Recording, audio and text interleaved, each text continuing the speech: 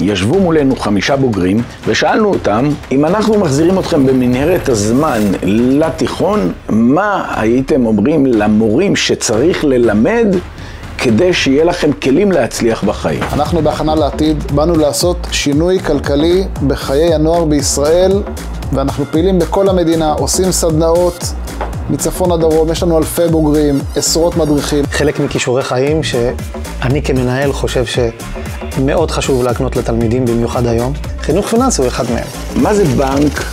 מה זה ריבית?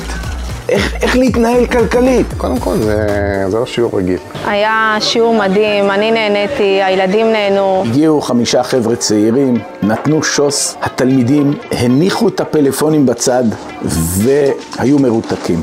הייטק, למה? כי בהייטק מה יש?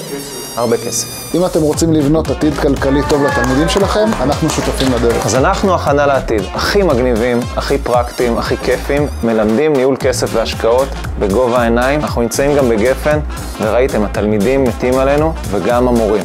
דברו איתנו.